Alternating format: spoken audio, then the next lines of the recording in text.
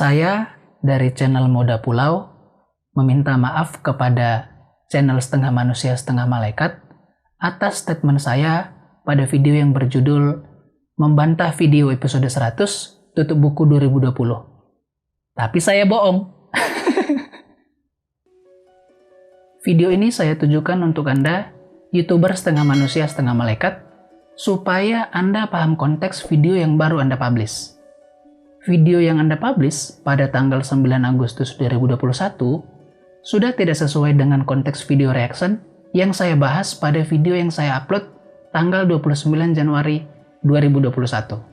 Video yang Anda publish tanggal 9 Agustus 2021 kemarin, Anda potong-potong dan Anda edit dari video Anda tanggal 30 Desember 2020. Sehingga narasi videonya tidak sesuai dengan fakta yang sebenarnya, yaitu obat-obatan yang ada di dalam kapal selama berlangsungnya pandemi di tahun 2020 ini. Apakah di dalam kapal Pelni tersedia stok obat-obatan yang standby atau lengkap dengan jumlah yang banyak, seperti contohnya obat antivirus, obat lambung, obat paru-paru, obat antibiotik, vitamin C, vitamin D, eukaliptus, dan obat penurun panas. Yang menjadi zona merah adalah Pulau Jawa dan di Makassar. Dengan konsep seperti ini, saya rasa penyebaran virus tidak akan panjang seperti saat ini. Saya membuat video ini atas nama pribadi dengan tujuan untuk meluruskan beberapa hal yang menurut saya itu kurang tepat atas informasi yang disampaikan pada video channel Setengah Manusia Setengah Malaikat tersebut. Dianggap hal bodoh atau hasil penelitian yang konyol. Jadi kapal itu bukan sebagai rumah sakit.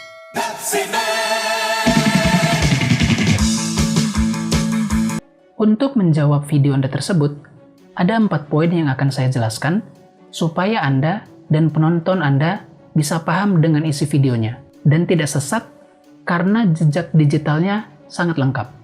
Yang pertama, Anda potong dan edit video sehingga mengubah narasi video Anda yang berjudul episode 100 tutup buku 2020, narasi video lengkap Anda pada menit ke-7 detik ke-4 sampai dengan menit ke-7 detik ke-50 tentang obat-obatan di atas kapal terbatas sebagai berikut. Berikutnya, ini cukup penting untuk diperhatikan dengan baik, yaitu obat-obatan yang ada di dalam kapal selama berlangsungnya pandemi di tahun 2020 ini. Apakah di dalam kapal Pelni tersedia stok obat-obatan yang standby atau lengkap dengan jumlah yang banyak, seperti contohnya obat antivirus, obat lambung, obat paru-paru, obat antibiotik, vitamin C, vitamin D, eukaliptus, dan obat penurun panas. Setelah saya survei di salah satu kapal, obat-obatan tersebut beberapa ada yang standby di mantri, tapi dalam jumlah yang sangat terbatas. Seharusnya, stok obat-obatan di dalam kapal harus dalam jumlah yang banyak, karena mengingat ini masih situasi pandemi. Kemudian Anda potong video itu, Anda gabungkan dengan narasi video pada menit pertama, detik ke-50, sampai dengan menit kedua, detik ke-18, tentang kebijakan Pelni membuat kapal-kapalnya port stay, yang konteksnya sebagai berikut.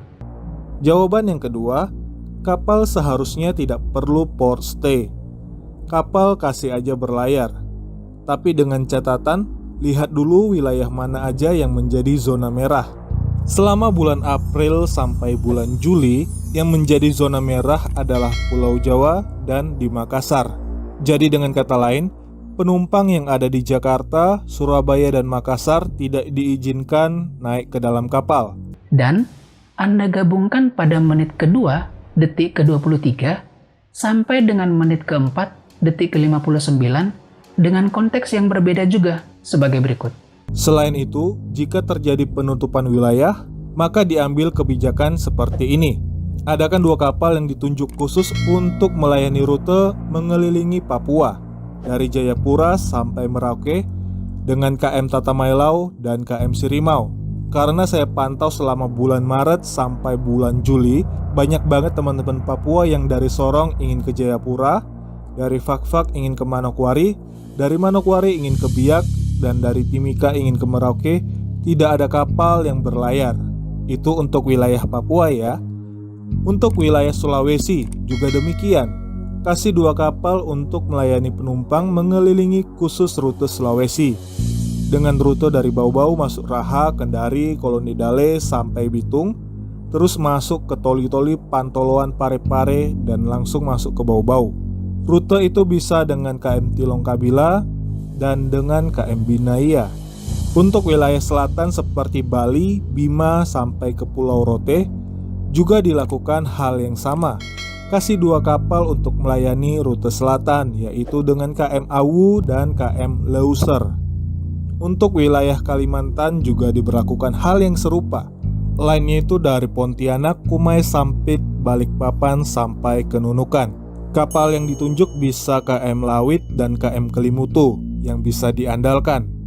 Untuk kapal-kapal yang berukuran besar bisa difungsikan sebagai angkut barang logistik dengan rute regulernya. Untuk kapal yang berukuran 500 penumpang bisa tetap melayari rute reguler secara normal. Sementara untuk KM Gunung Dempo, karena desain kapalnya yang panjang untuk angkut barang, rute kapalnya bisa ditambahkan masuk ke Belawan Medan. Karena jalur Medan Batam Jakarta itu selalu membawa barang kontainer yang paling sedikit jumlahnya sebanyak 21 kubik kontainer. Jadi ada 1 kapal yang melayani barang logistik dari Sumatera, Jakarta, sampai ke Papua. Atau mungkin 2 kapal deh dengan KM Labobar ditambah rutenya masuk ke Jakarta dan ke Batam, supaya dapat membawa barang kontainer dari barat terus masuk ke rute tengah dan ke Papua. Dengan begitu, masyarakat tidak kerepotan mencari alat transportasi andalan mereka, yaitu dengan kapal laut.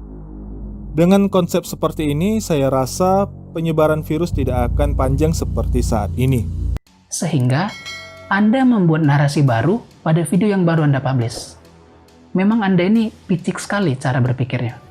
Kedua, di video yang Anda publish dengan judul episode 100 tutup buku 2020, pada detik ke-25 sampai dengan detik ke-35, Anda sendiri yang mengatakan seperti ini. By the way, ini hasil pengamatan saya secara pribadi. Jadi kalau mau dianggap ini hal bodoh atau hasil penelitian saya yang konyol, juga tidak apa-apa.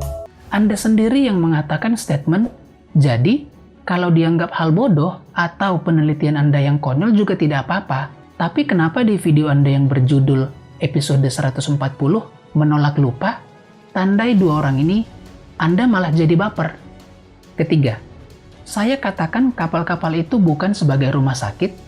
Hal itu merupakan jawaban atas statement dari Anda. Saya tampilkan narasi videonya.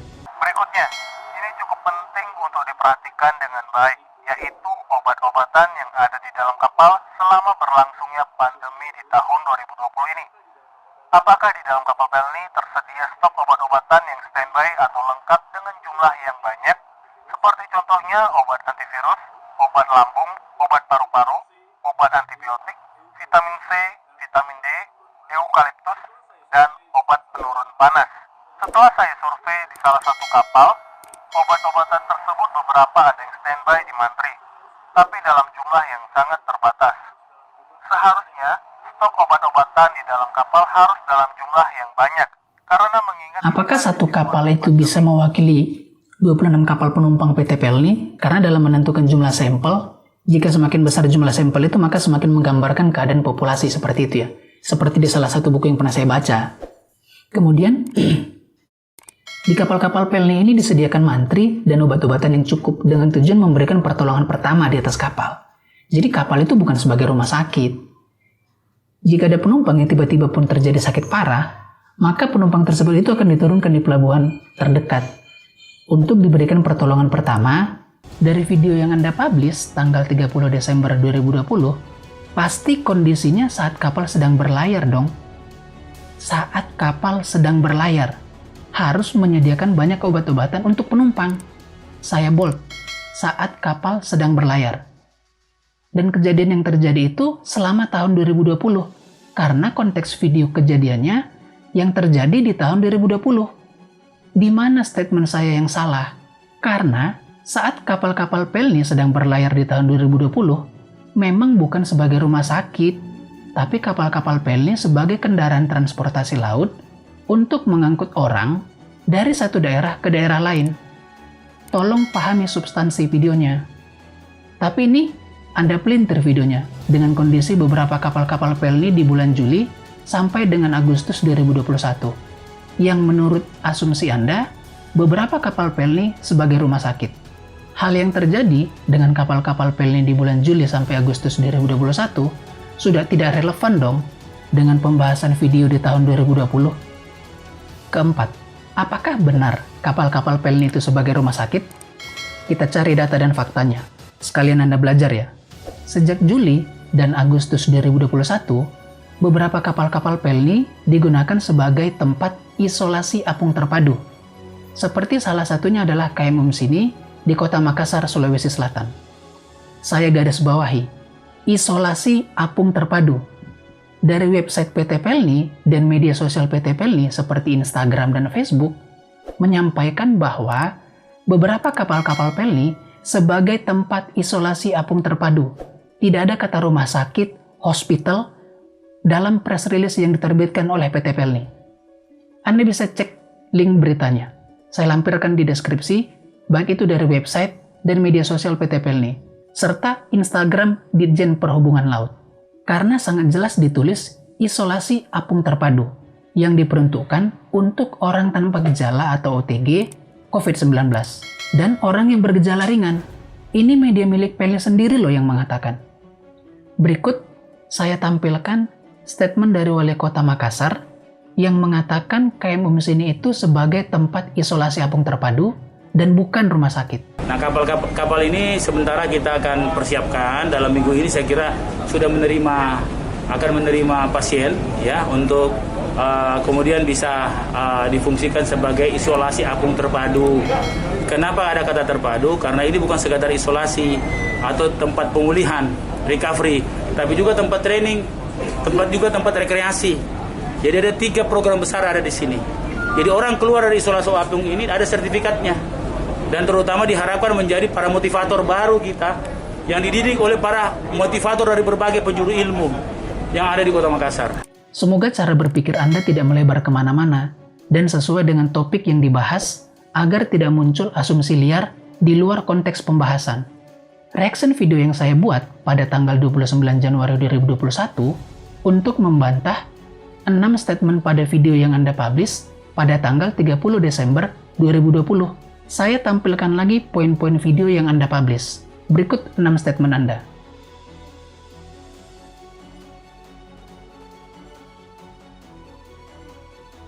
Dari ke-6 statement Anda ini, sudah saya jawab pada video saya tanggal 29 Januari 2021. Saya kira Anda akan membantah balik statement-statement yang saya jelaskan pada video saya tersebut.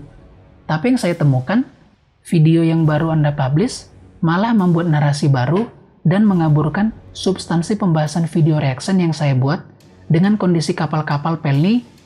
Coba Anda pahami video reaction yang saya buat. Saya menjawab Anda sesuai dengan statement-statement yang Anda sampaikan. Saya tidak melenceng dari topik. Saya juga kasihan sama penonton Anda di video tersebut. Karena Anda menggiring opini yang kabur dan menyesatkan mereka jadi berdosa. Saya dan teman saya Morris Chris bermaksud untuk meluruskan asumsi-asumsi Anda yang keliru, supaya orang yang menonton channel Anda mendapat manfaat seperti video-video Anda yang lain. Lalu di kolom komentar, Anda katakan, tandain 2 orang yang menghina dan membantah video Anda.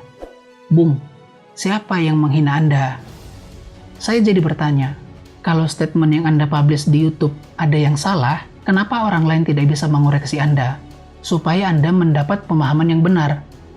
Jangan Anda memberi kritik kepada orang lain bisa, tapi orang lain mengkritik Anda tidak bisa. Fair dong dalam berkonten. Anda katakan lagi, untung 2 orang ini mungil. Gede dikit main kami. Saya tegaskan, selama saya benar, saya tidak takut. Sebenarnya Anda itu sudah mempermalukan diri Anda sendiri dengan cara berpikir Anda yang masih keliru. Oh iya, satu lagi. Anda tidak perlu playing victim dengan memotong video dan edit sendiri dengan membuat narasi baru untuk menjatuhkan orang lain. Tindakan seperti itu tidak memberikan contoh yang baik kepada subscriber Anda. Untuk teman-teman yang menonton video ini, semoga kalian bisa mendapat manfaatnya. Kalaupun kalian nggak peduli ya sudah, nggak apa-apa. Yang penting tetap waras dan sama-sama punya mindset yang benar dalam melihat persoalan. Sampai jumpa.